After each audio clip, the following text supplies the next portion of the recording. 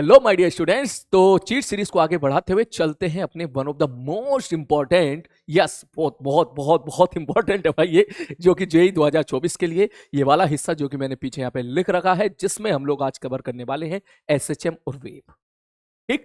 Wave आपके revision के point of view से भी बहुत इंपॉर्टेंट है। अक्सर काफी बच्चों को प्रॉब्लम्स रहती है वेव में, ऐसा मैंने देखा है कि उनको वेव थोड़ी कम समझ में आती है, या फिर जो है उनको थोड़ा सा जो है वेव में थोड़ी फील नहीं आई। ठीक इस प्रकार के कुछ इश्यूज होते हैं जिनकी वजह से वो ये वाला चैप्टर छोड़ के चले जाते हैं। नहीं मेरे भाई, छोड़ के बिल्कुल नहीं जाना है। बिलीव मी, भले ही आपको इसके चैप्टर की फील भले ही कम आई हो, लेकिन ये चैप्टर स्कोरिंग बहुत है। इससे जो भी क्वेश्चन आते हैं उन क्वेश्चन के बनने की प्रोबेबिलिटी बहुत ही ज्यादा है। तो मैंने जो यहाँ पे लिखे हैं एसएचएम और वेव में चारों पार्ट आप एक साथ बैठकर रिवीजन कीजिएगा, जिसमें एक इलेक्ट्रोमैग्नेटिक वेव है, दूसरा वेव ऑन स्ट्रिंग है, फिर साउंड वेव है और अगला वेव ऑप्टिक्स है। और बिलीव मी, यहां से क्वेश्चन आने की जो प्रोबेबिलिटी है वो 3 से लेके 6 तक की है। मिनिमम 3 सवाल तो आने ही आने हैं, 4 भी आ सकते हैं और उसके ऊपर तो भैया 5 भी आ सकते हैं, 4 भी आ सकते हैं, 6 भी आ सकते हैं। इन सारे पार्ट को मिला के अगर मैं यहां से यहां कवर करूं तो एक बार मैं उन सारे चैप्टर्स को, इनके सब टॉपिक्स यहाँ पे बता देता हूँ। रफ कॉपी पे लिख लिख के एक बार नोट कर लीजिएगा उसको, जो भी मैंने बोला है, और उनके बारे में तो भैया जरूर पढ़ के जाएगा। जैसे शुरुआत में आपसे करूंगा, यहाँ पे सबसे मोस्ट जिससे क्वेश्चन आने की प्रोबेबिलिटी है वो है भैया इलेक्ट्रोमैग्नेटिक वेव। हर साल प्रोबेबिलिटी एक क्वेश्चन आने की पक्का होती है इलेक्ट्रोमैग्नेटिक वेव से। इलेक्ट्रोमैग्नेटिक वेव में बढ़िया तरीके से, ये ओनली और ओनली फॉर्मूला ओरिएंटेड है, बढ़िया तरीके से आप इसके फॉर्मूलेस रिवाइज कर लीजिएगा। जैसे कि सबसे पहले तो भाई साहब इसमें क्या होता था, इसमें इलेक्ट्रिक फील्ड होती थी, मैंने कहा ठीक है भाई साहब, मैग्नेटिक फील्ड होती थी और वेलोसिटी होता था। वेलोसिटी मतलब स्पीड ऑफ लाइट। तो सबसे पहले तो इनके बीच का जो रिलेशन, जैसे मैं बोलूं ई बराबर, हम देखते थे भैया मैग्नीट्यूड बाई ई बराबर बी इंटू सी आता था, या एम्पलीट्यूड के साथ अगर बात करें तो ई बराबर बी नॉट इंटू सी हुआ करता था, जहां पे सी की वैल्यू क्या होती थी, 1/एप्सिलॉन नॉट इंटू म्यू नॉट का अंडर रूट। ठीक, किसी मीडियम में अगर आप जो है लाइट जारी है तो वहां वेलोसिटी क्या होती थी, C upon under root mu R into epsilon nought R. इसकी वैल्यूज अक्सर आपको गिवन कर देगा और वहां से आपसे वेलोसिटी पूछ लेगा, और यहीं पर आप रिफ्लेक्टिव इंडेक्स वाला फॉर्मूला भी यहां पे निकाल सकते हो। सबसे इंपॉर्टेंट इसमें जो है मेरे भाई, वो एक तो ये है कि इलेक्ट्रिक फील्ड का मैग्नीट्यूड देके, आप इलेक्ट्रिक फील्ड का एम्पलीट्यूड देके आपसे मैग्नेटिक फील्ड का एम्पलीट्यूड पूछ लेगा। ये बहुत पूछा गया है, बहुत पूछा गया है। और इनके वेक्टर्स वाले रिलेशन, मतलब सर यहाँ पे जो इलेक्ट्रिक फील्ड और मैग्नेटिक फील्ड का वेक्टर फॉर्म का जो रिलेशन आता है वो ई बराबर क्या आता है, मैं लिखता नहीं, मैं बोल के निकल जाता हूं, लिखूंगा तो बहुत ज्यादा बढ़ जाएगा ये।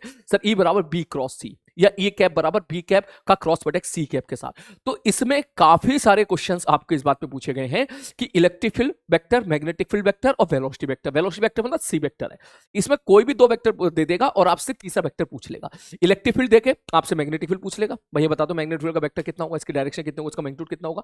मैग्नेटिक फील्ड देके इलेक्ट्रिक फील्ड का वेक्टर पूछ लेगा। तो इसका एक तरीका ये होता था, मैं यहाँ पे तरीके बता दूं, E B C E B C E B C, मतलब सर ई कैप बराबर बी कैप का क्रॉस प्रोडक्ट सी कैप के साथ, बी कैप बराबर सी कैप का क्रॉस प्रोडक्ट ई कैप के साथ। क्लियर है, ये डायरेक्शन निकालने का तरीका होता था, या जिस तरीके से आप लोगों ने डायरेक्शन निकालने का तरीका पढ़ रखा हो वो तरीका आप अपने हिसाब से। लेकिन कुल मिला के अगर मैं आपको इलेक्ट्रिक फील्ड दे दूं ना, मैंने कह दिया भैया इलेक्ट्रिक फील्ड का फंक्शन ये है, ई बराबर 50, सपोज एग्जांपल के तौर पे 50, और उसके अंदर लिख दिया साइन समथिंग समथिंग समथिंग, और मैंने कह दिया भैया आई कैप, इसका मतलब इलेक्ट्रिक फील्ड तेरी आई कैप की तरफ है। तो यहां से आप मैग्नेटिक फील्ड निकालना सीखो। कैसे आप मैग्नेटिक फील्ड निकालोगे, भैया ई नॉट बराबर बी नॉट इंटू सी से मैग्नेटिक फील्ड का यहां से मैग्नीट्यूड निकल के, मैग्नेटिक फील्ड का यहां से एम्पलीट्यूड निकल के आ जाएगा। सर फेज वाइज हमने देखा था, इलेक्ट्रिक फील्ड का जो फेज होता है वही मैग्नेटिक फील्ड का फेज होता है। तो अब आपको यहां से मैग्नेटिक फील्ड का फेज भी पता चल गया, मतलब साइन के अंदर का पूरा टर्म पता चल गया। अब बचा उसके अंदर की डायरेक्शन, उसकी डायरेक्शन कैसे निकालेंगे, जो मैंने तरीका आपको अभी बताया वहां से आप उसकी डायरेक्शन निकालोगे। तो इस पर भी जितने सवाल आए हैं प्लीज इसको रिवाइज कर लीजिएगा, क्योंकि यहीं से इलेक्ट्रोमैग्नेटिक वेव के 60% क्वेश्चन तेरे यहीं से निकल के आते हैं। फिर इसमें कुछ क्वेश्चंस आपके एनर्जी डेंसिटी पूछे जाते हैं, जैसे कि आपने पढ़ा होगा कि इलेक्ट्रिक फील्ड डेंसिटी जो हम लोगों ने पढ़ी थी half epsilon not E square होता है। लेकिन क्योंकि यहां पे जो हम लोग पढ़ते हैं ई बराबर क्या होता है, ई बराबर होता है E nought sine omega T minus K X. Suppose five तुम थोड़ी देर के लिए 0 मान लो, तो ये इलेक्ट्रिक फील्ड का फंक्शन है यहाँ पर। तो इलेक्ट्रिक फील्ड डेंसिटी हम लोगों ने क्या पढ़ी थी, half epsilon not E square. मैंने कहा ठीक है भाई साहब, जब ई की वैल्यू यहां पर पुट करोगे तो वो फंक्शन जो, क्योंकि इलेक्ट्रिक फील्ड टाइम का फंक्शन है तो वो भी टाइम का फंक्शन आ जाता है, इसलिए हम लोग उसकी एवरेज वैल्यू निकालते हैं। और जब आप एवरेज वैल्यू निकालने जाओगे तो जैसी वैल्यू यहां पुट करोगे तो आ जाएगा E nought sine square omega T minus K X. तो जब आप इसकी एवरेज वैल्यू निकालने जाओगे तो साइन स्क्वायर की एवरेज वैल्यू क्या हो जाती है, हाफ, तो ये बन जाता है 1/4। ये आपकी एक तरीके से एवरेज एनर्जी डेंसिटी आ गई इलेक्ट्रिक फील्ड वाली। बिल्कुल उसी प्रकार मैग्नेटिक वाली होती थी B not square upon 2 epsilon not. ठीक, यहां से sorry B not square upon sorry B square upon 2 epsilon not ये होती थी। इन ए सिमिलर मैटर जब आप इसको सॉल्व करते हो तो यहां 2 की जगह यहां भी 4 आ जाता है, ये आपकी मैग्नेटिक एनर्जी डेंसिटी निकल के आ जाती है। और जब आप दोनों को ऐड कर देते हो तो ये वाली वैल्यू और ये वाली वैल्यू दोनों बराबर आती है। जैसे आप यहां पे सी की वैल्यूज के साथ गेम खेलते हो उसके बाद हमें इस बात का पता चलता है कि इलेक्ट्रिक फील्ड डेंसिटी और मैग्नेटिक फील्ड डेंसिटी दोनों आपस में क्या होती है, बराबर आती थी। अब बोले सर दोनों को ऐड करोगे जब दोनों बराबर होती है तो जो नेट निकल के आता है रिजल्ट वो मैं आपको बता देता हूं, half epsilon not E nought square. क्योंकि जितना ये है उतना ये है, ये इलेक्ट्रिक फील्ड एनर्जी डेंसिटी है, मैग्नेटिक फील्ड एनर्जी डेंसिटी है, दोनों को जोड़ोगे तो आप ये बन जाए। तो इस पे सवाल पूछा जा सकता है कि आपसे इलेक्ट्रिक फील्ड दे देगा, कह देगा भैया इलेक्ट्रिक फील्ड बराबर 100 sin omega T minus K x है, बताओ यहां पर एनर्जी डेंसिटी कितनी होगी। ये हमने टोटल एनर्जी डेंसिटी लिख दिया, तो total energy half epsilon not E not का स्क्वायर। मतलब आप हमको बता दो ई नॉट कितना है, इलेक्ट्रिक फील्ड का मैग्नीट्यूड बता दो कितना है, इस जगह जो लिखा होगा उसको मैं यहाँ पे वैल्यू पुट करके टोटल एनर्जी डेंसिटी निकाल दूंगा। इस पे एक बार सवाल ये भी पूछा गया कि भाई साहब एनर्जी डेंसिटी पूछने की बजाय वो टोटल एनर्जी पूछ ले, तो इसको वॉल्यूम से आपको क्या करना पड़ेगा, मल्टीप्लाई करना पड़ेगा। इंटेंसिटी पूछ सकता है, इंटेंसिटी में कुछ नहीं करना होता, इसको सी से मल्टीप्लाई कर देते हैं तो इंटेंसिटी बन जाएगा half epsilon E nought square into C, जो होता था इंटेंसिटी का फॉर्मूला होता था। तो ये सारे फॉर्मूले जो है क्लियर है, ये सारे फॉर्मूले जो है इलेक्ट्रोमैग्नेटिक वेव में, प्लीज इनको अच्छे से पढ़ के जाइएगा। इन पे आपको कैलकुलेशंस थोड़ी सी बेकार मिल सकती है, क्योंकि मैं भी एग्री करता हूं इस चीज में, बड़ी खतरनाक सी कैलकुलेशन मिल जाती है, स्क्वायर कर रहे हो एप्सिलॉन नॉट की वैल्यू पुट कर रहे हो। लेकिन एक बार इन क्वेश्चंस की प्रैक्टिस जरूर कर लीजिएगा, क्योंकि जैसे ही आप इनकी प्रैक्टिस कर लोगे, कैलकुलेशन के साथ खेल लोगे, तो आपको उस वक्त डर नहीं लगेगा। और अगर आपको ये लग रहा है कि मैंने तो फॉर्मूले पढ़ लिया अब तो मैं सवाल कर लूंगा, नहीं, अभी भी सवाल के ना होने की प्रोबेबिलिटी 60% है। समझना मेरी बात को, यहां पे जितने भी सवाल पूछे गए हैं वो अगर आपको फंसाएगा तो वो कैलकुलेशन में जरूर फंसाएगा। तो बिलीव मी, कम से कम 100 में से 40 सवाल आपको ऐसे जरूर मिलेंगे जिनकी कैलकुलेशन बहुत खराब होगी और तेरा मन करेगा कि मैं सवाल नहीं कर रहा, लेकिन वो सारे होने वाले सवाल होंगे, इसलिए आप उनकी प्रैक्टिस बढ़िया तरीके से कर लीजिए। ये आपका हो गया इलेक्ट्रोमैग्नेटिक वेव वाला पार्ट। इसके बाद आता है वेव। वेव में सबसे पहले एक होता था वेव ऑन स्ट्रिंग। सबसे पहले आप वेव में कोई सी भी वेव हो, चाहे वो साउंड वेव हो, चाहे वो इलेक्ट्रोमैग्नेटिक वेव हो, चाहे वो आपकी वेव ऑन स्ट्रिंग हो, गिवन वेव से आप वेलोसिटी ऑफ वेव निकालना सीखिए, जिसकी वैल्यू होती थी ओमेगा बाई के। ठीक, और देखिए भाई साहब उसकी डायरेक्शन किधर हो, सबसे पहले तो आपको यही आना चाहिए। और ये चीज सबसे अच्छे तरीके से हम लोग पढ़ते थे वेव ऑन स्ट्रिंग वाले चैप्टर में। तो वेव ऑन स्ट्रिंग में सबसे पहले इक्वेशन को अच्छे से समझे, क्या इक्वेशन होती है। सपोज वहां पर वेव ऑन स्ट्रिंग एक एग्जांपल होता है आपका ट्रांसवर्स वेव का, y equal to a sin omega t minus K X plus Y, ये इसकी इक्वेशन होती है। यहां पर किस प्रकार जो है आप ये वेव की डायरेक्शन निकालेंगे, कैसे आप वेव का मैग्नीट्यूड निकालेंगे, वेलोसिटी ऑफ वेव का मैग्नीट्यूड निकालेंगे, ये एक बात देख लीजिएगा। बीपी बराबर minus B W into slope, BP बराबर minus B W divide by D X. इसकी प्रैक्टिस एक बार जरूर कर लीजिएगा कि भाई साहब अगर वो आपसे कहते हैं कि वेव आगे की तरफ जा रही है और ये बता दो यहां पर ये वाला पार्टिकल ऊपर जाएगा नीचे जाएगा, तो इसकी प्रैक्टिस आप बढ़िया तरीके से कर लीजिएगा। वेलोसिटी ऑफ वेव अगर आप किसी रस्सी में बात करते हो तो वो निकल के आती थी under root T by mu. इस पे सवाल देख लीजिएगा। इस पे एक सवाल एक बहुत कॉमन है जो कि बार बार पूछा जाता है कि भाई साहब रस्सी है, रस्सी को नीचे लटका दिया है, उसका मास m है और नीचे झटका मार दिया, तो बता दो इसकी ऊपर की तरफ वेलोसिटी कितनी होगी। तो v बराबर अंडर रूट एक्स जी वाला रिजल्ट आता था, उसका एक्सलेशन g/2 आता था ऊपर की तरफ। तो एक बार देख लीजिएगा, जैसे जैसे पल्स ऊपर की तरफ जाएगी वो स्पीड अप होती जा रही थी, उसकी वेलोसिटी बढ़ती जा रही थी, फ्रीक्वेंसी सेम रहेगी, इसलिए उसका लैम्डा भी बढ़ता चला जाएगा। तो इस प्रकार के जो क्वेश्चंस हैं वो एक बार अच्छे तरीके से प्रैक्टिस कर लीजिएगा। ये मेरे हिसाब से फर्स्ट प्रायोरिटी पे रहनी चाहिए आपके वेव ऑन स्ट्रिंग में। सेकंड प्रायोरिटी पे अब आपको जाना है, जो बात करनी है वो है रस्सी जब दोनों तरफ बंधी हो और रस्सी जब एक तरफ बंधी और एक तरफ खुली है तो उसके जो रिजल्ट होते हैं, क्या कौन से ओवरटोन कैसे बनेगा, ये एक बार किसका फंडामेंटल फ्रीक्वेंसी कितना होगा वो बढ़िया तरीके से आप इसको याद कर लीजिएगा। रस्सी जब दोनों तरफ बंधी होती है तो फंडामेंटल फ्रीक्वेंसी जो होती है उसकी वैल्यू होती थी b/12, और जब एक तरफ बंदी एक तरफ खुली होती है तो फंडामेंटल फ्रीक्वेंसी होती है b/4l। उसके बाद जो हार्मोनिक वार्मोनिक के बारे में बात कर लीजिएगा। सपोज आपसे कोई बोले भाई साहब एक तरफ फिक्स है और एक तरफ ओपन है, और एक तरफ रस्सी फिक्स है एक तरफ ओपन है, तो बता दो इसका जो है पांचवा हार्मोनिक कितना बनेगा, तो 5b/4l। कोई बोले बता दो इसका दूसरा हार्मोनिक कितना होगा, बोले भैया यहाँ पे तो दूसरा हार्मोनिक बनता ही नहीं था। ठीक है, तो ये चीजें जो है एक बार आप अच्छे तरीके से वहां पर प्रैक्टिस कर लीजिएगा। कौन सा हार्मोनिक कौन सा ओवरटोन, वो कंफ्यूजन नहीं होना चाहिए आपको। पता चला उसने कह दिया भाई छठा ओवरटोन की फ्रीक्वेंसी निकालो, अब वो निकाल ही नहीं पा रहे हो क्योंकि आप कंफ्यूज हो गए छठा ओवरटोन में क्या होता था। तो एक बार रफ कॉपी पे लिख लिख के प्रैक्टिस कर लीजिएगा। जैसे सेम रिजल्ट आपके यहां पर मिलते हैं वही सेम रिजल्ट साउंड में आपके ऑर्गन पाइप में देखने के लिए मिलते हैं। रस्सी दोनों तरफ बंधी हो और ऑर्गन पाइप दोनों तरफ खुला हो, दोनों केस में रिजल्ट हमको मैथमेटिकल सेम देखने के लिए मिलते थे। बस अंतर इतना था, यहां पर वेलोसिटी होती v बराबर under root T by mu, वहां पर वेलोसिटी होती थी under root gamma R T by M. Sound की जो वेलोसिटी होती है वो होती है under root gamma R T by M. तो ये हो गया आपका वेव ऑन स्ट्रिंग वाला पार्ट। वेव ऑन स्ट्रिंग में एक और इंपॉर्टेंट आर्टिकल है जो कि जेईई में ज्यादा पूछा जाता है लेकिन बहुत आसान है, इसलिए आप जेईई मेंस के लिए भी पढ़ लीजिएगा। वो है अगर आपको कोई क्वेश्चन दे दी गई है और आपसे पूछा गया कि भाई साहब बता दो इसके नंबर ऑफ नोड्स कितने बनेंगे, लोकेशन ऑफ नोड्स बता दीजिए कितने बनेंगे, नोड और एंटी नोड वाले सवाल। जैसे मैं आपसे क्वेश्चन दे दूं भाई साहब, y बराबर 10 sin 2 पाई x cos 4 पाई t ओमेगा 4 पाई t, बस ऐसे मैंने वैल्यू दे दी। मतलब आपको मैंने बता दिया भाई साहब कि यहाँ पर ये स्टैंडिंग वेव की क्वेश्चन है। अब बताओ इसके नोड कहाँ कहाँ बनेंगे। तो स्टैंडिंग वेव की क्वेश्चन में बस जो kx वाला टर्म होता था, साइन जुड़ा हो या cos जुड़ा हो कोई फर्क नहीं पड़ता, जो भी टर्म जुड़ा हो। सपोज मैंने अभी थोड़ी देर पहले बोला sin 2 पाई x बोला, बस इसको हम लोग जीरो कर दिया करते थे।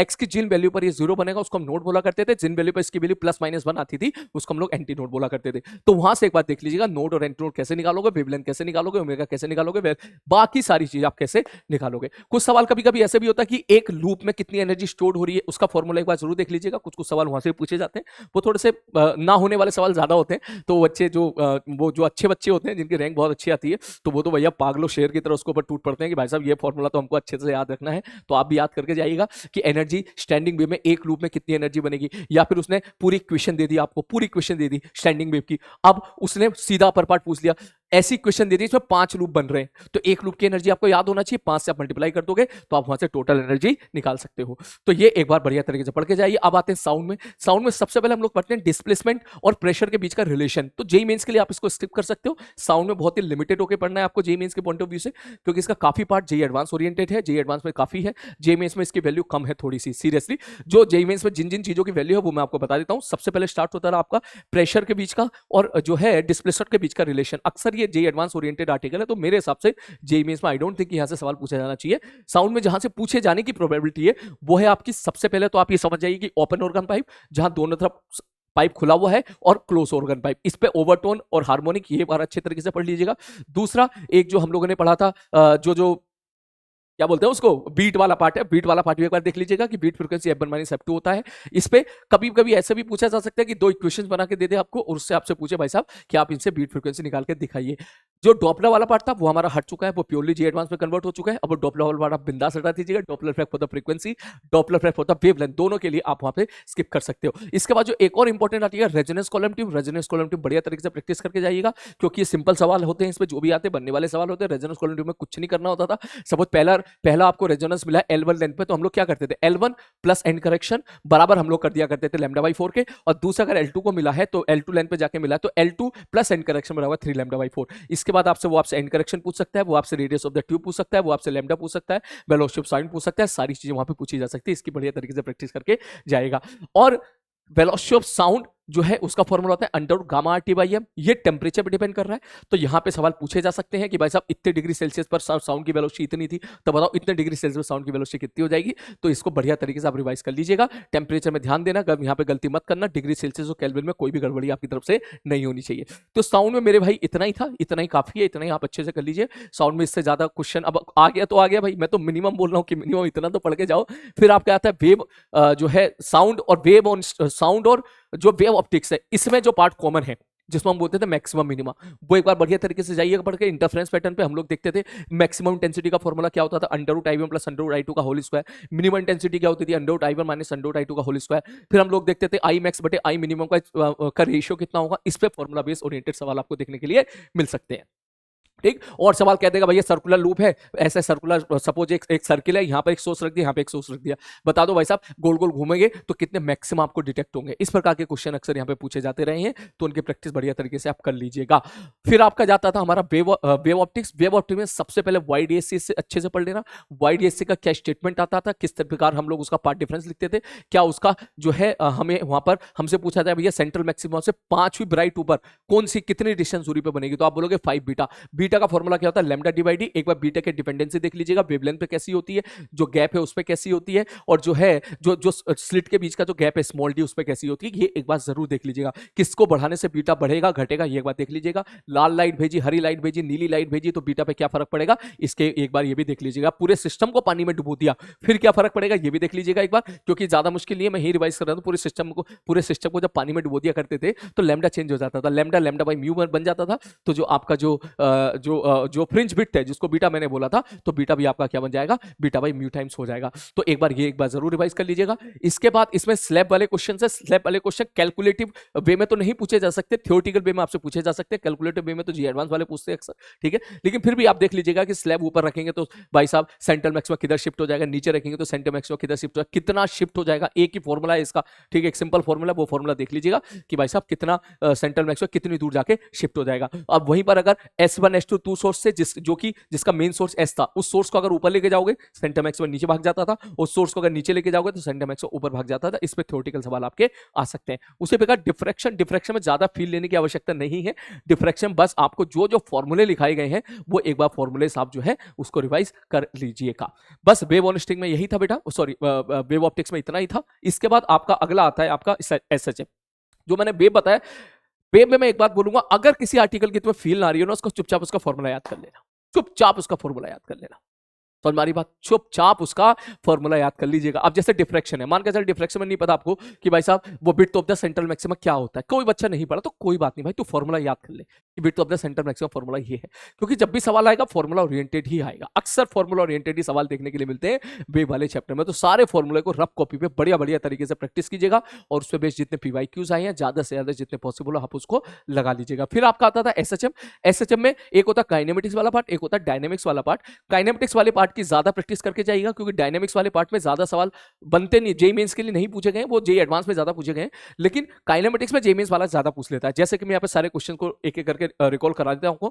सबसे पहले सर SHM की क्वेश्चन क्या होती है, x = a sin omega t + 5। किसी टाइम पर पार्टिकल सपोज a/2 पर है और moving away from mean position पर है तो फाई की वैल्यू क्या होगी, ठीक है भाई साहब, ये बेसिक सवाल हो गया आपका।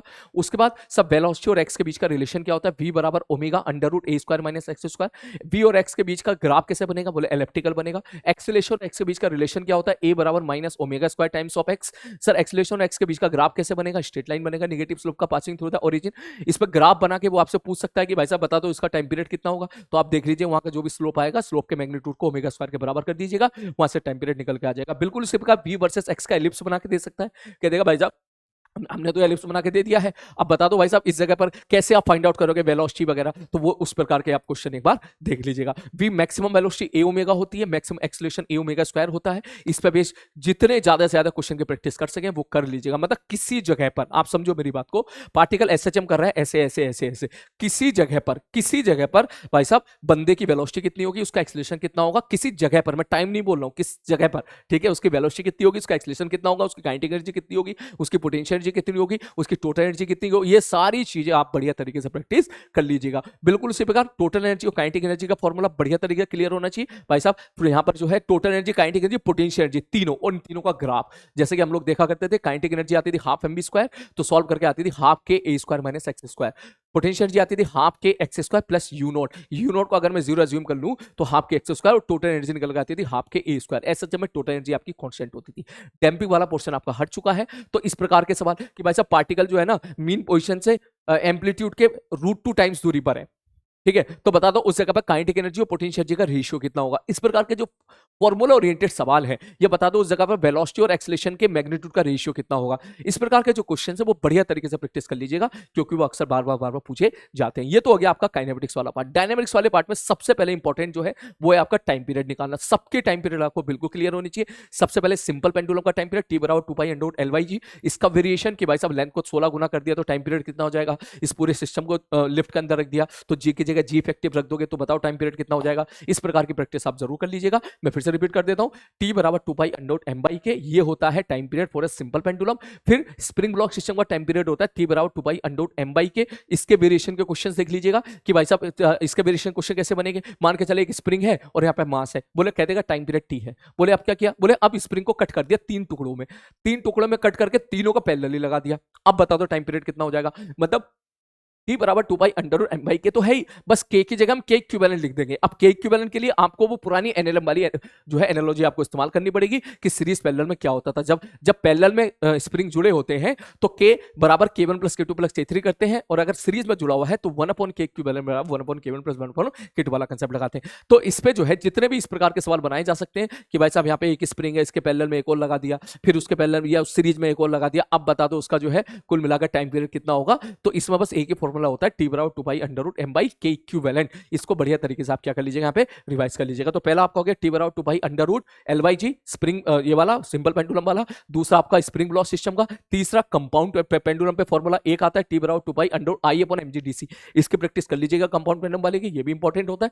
टॉर्शनल वाला एक होता है, टॉर्शनल पेंडुलम आता है, उसका सिंपल सा फॉर्मूला है, उस पर बस ज्यादा तो नहीं, 2-3 सवाल पूछे गए, लेकिन जो भी पूछे गए होने वाले सवाल होते हैं तो उसको भी बढ़िया तरीके से आप प्रैक्टिस कर लीजिएगा। टाइम पीरियड की कैलकुलेशन इस प्रकार से आप जरूर पढ़ लीजिएगा। फिर 2 ब्लॉक है और बीच में आपने सपोज एक स्प्रिंग दो M1 M2 2 मास है, बीच में स्प्रिंग लगा के कंप्रेस करके छोड़ दिया है, तो उसके टाइम पीरियड का फॉर्मूला भी आप एक बार रिवाइज कर लीजिएगा। टी बराबर 2 बाई अंडर म्यू बाई क्या आता था, या म्यू होता था रिड्यूस मास। तो ये आपका होता है अगला पोर्शन जहां से क्वेश्चन की प्रोबेबिलिटी बहुत ज्यादा है। और जो तीसरा पार्ट होता है डायनेमिक्स वाला, डायनेमिक्स वाले पार्ट में तो आप जितनी प्रैक्टिस करो उतनी कम है, लेकिन फिर भी कुछ स्टैंडर्ड सवाल है उनकी प्रैक्टिस कर लीजिएगा कि भाई साहब सपोज एक पार्टिकल है एसएचएम कर रहा है, और एसएचएम करके किसी एक जगह पे हम लोगों ने उसके ऊपर कोई दूसरा पार्टिकल रख दिया, जिसके बाद वो दोनों चिपके और दोनों मिलजुल के एसएचएम कर रहे हैं। अब नया टाइम पीरियड कितना होगा, नया ओमेगा कितना होगा, नई एसएचएम में जो है नई एसएचएम की क्वेश्चन तो वो नहीं पूछेगा क्योंकि जी एडवांस ओरिएंटेड हो जाएगा, लेकिन आपसे ये जरूर पूछ सकता है कि बता दो कि अब जो है आप नया टाइम पीरियड बता दो, नया एम्पलीट्यूड बता दो, नया जो है ओमेगा वगैरह बता दो। इनकी प्रैक्टिस आप अच्छे तरीके से कर लीजिएगा। फिर एक और आता है सुपरपोजिशन एसएचएम, जो कि मैथमेटिक्स है, ओनली मैथमेटिक्स है। देख लीजिएगा वैसे उसको हम एक शॉर्टकट तरीके से भी किया करते थे। सपोज में कहते हैं x1 x2 दो एसएचएम है, तो बता दो नया x1 प्लस x2 कितना होगा। तो उस केस में हम लोग देखते थे कि एम्पलीट्यूड जो आता था वो under root a1 square plus a2 square plus 2a1 a2 into cos delta phi, जो कि डेल्टा फाइव मतलब दोनों के बीच का फेज डिफरेंस होता था। तो ये चीज एक बार बढ़िया तरीके से रिवाइज कर लीजिएगा। तो बस वैसे तो बहुत कुछ है पढ़ने के लिए, लेकिन जो है जितना मैंने बताया ये जो है कम से कम इतना आप करके जाइए। बिलीव मी, जो भी क्वेश्चंस आएंगे, जितने भी क्वेश्चंस आएंगे टोटल मिला के अगर मैं बात करूं, टोटल जितने क्वेश्चंस आएंगे उसमें 70% क्वेश्चन जो मैंने बोला है, मेरा ऐसा मानना है इसमें से ही आपके निकल के आने वाले हैं। तो बढ़िया तरीके से इनको रिवाइज कीजिए। तो चलो मिलते हैं अगली किसी दूसरी वीडियो में, तब तक टेक केयर।